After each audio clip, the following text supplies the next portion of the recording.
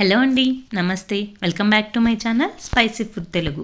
ఇడ్లీలోకి అయినా, పొంగల్లోకి అయినా, వడలోకి అయినా వేడివేడిగా సాంబార్ వేసుకుని తింటే అద్దిరిపోతుంది కదండి. ఇవాళ నేను వెజిటబుల్ సాంబార్ని ఎలా చేసుకోవాలో చూపిస్తాను. ఇదే సాంబార్ని కొన్ని మార్పులతో అన్నంలోకి అయినా తినచ్చు. వేడివేడి అన్నంలో సాంబార్, ఏదైనా ఫ్రై, ఇంకా అప్పడం ఉంటే చాలు. ఇంకా ఏ కూర అవసరం లేదు. ఇంకా లేట్ చేయకుండా వీడియో స్టార్ట్ చేద్దాం. ఫస్ట్ ఒక కుక్కర్లో 1 కప్పు కందిపప్పు, అర కప్పు ఎర్ర కందిపప్పు వేసుకుంటున్నాను. ఇలా మిక్స్ చేయడం ఇష్టం లేని వాళ్ళు ఒకే రకమైన కందిపప్పునైనా వాడచ్చు. కందిపప్పుని శుభ్రంగా కడుక్కున్న తర్వాత 4 కప్పుల నీళ్లు, కొద్దిగా ఆయిల్ వేసుకొని 2 నుంచి 3 విజిల్స్ మీ కుక్కర్ని బట్టి పప్పుని మెత్తగా ఉడకనివ్వండి. పప్పు మెత్తగా ఉడికితేనే సాంబార్ బాగుంటుంది.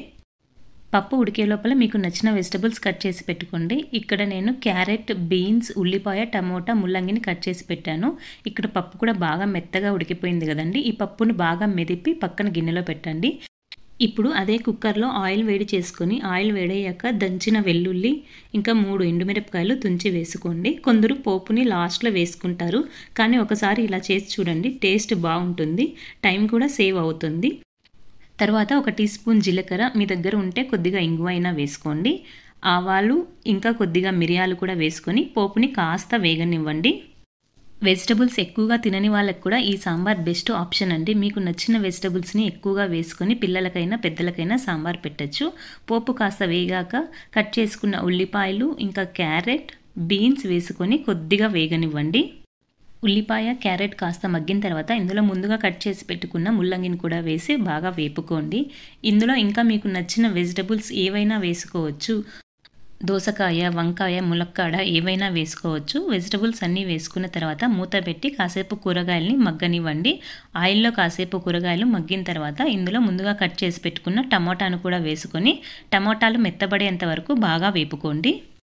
టమాటాలు బాగా మెత్తబడి కూరగాయలు కాస్త మగ్గిన తర్వాత ఇప్పుడు ఇందులో కొద్దిగా పసుపు, 1/2 టీ స్పూన్ కారం, 1/2 టీ స్పూన్ ధనియాల పొడి వేసుకొని ముందుగానే నానబెట్టుకున్న చింతపండు గుజ్జుని కూడా వేసుకొని ఈ చింతపండు గుజ్జులో కూరగాయ ముక్కల్ని బాగా వేగనివ్వండి. చింతపండు గుజ్జులో కూరగాయ ముక్కలన్నీ బాగా ఉడికిన తర్వాత ఇప్పుడు ఇందులో 1.5 టీ స్పూన్ సాంబార్ పొడిని కూడా వేసుకొని బాగా కలుపుకోండి. ఇక్కడ నేను చూపిస్తున్న సాంబార్ టిఫిన్లోకి చేస్తున్నానండి. ఇదే సాంబార్ని అన్నంలోకైనా చేసుకోవచ్చు. అన్నంలోకి చేసేటప్పుడు కొద్దిగా కారం పొడి, ఇంకా సాంబార్ పొడిని ఎక్కువగా వేసుకోండి. లేదంటే అన్నంలోకి చప్పగా ఉంటుంది. తర్వాత ముందుగా మెదిపి పెట్టుకున్న కందిపప్పును కూడా వేసుకొని కొద్దిగా వాటర్ వేసుకోండి. కందిపప్పు బాగా మెదిపితేనే సాంబార్లో చిక్కదనమైన టేస్ట్ అయినా చాలా బాగుంటుందండి.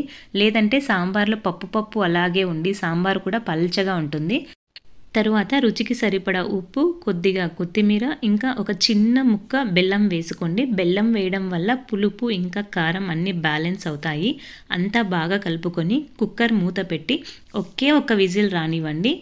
1 కన్నా ఎక్కువ విజిల్స్ పెడితే కూరగాయ ముక్కలన్నీ మరీ మెత్తగా ఉడికిపోయి బాగా చితికిపోతాయి. అందుకే 1 విజిల్ అయితే కరెక్ట్గా సరిపోతుందండి.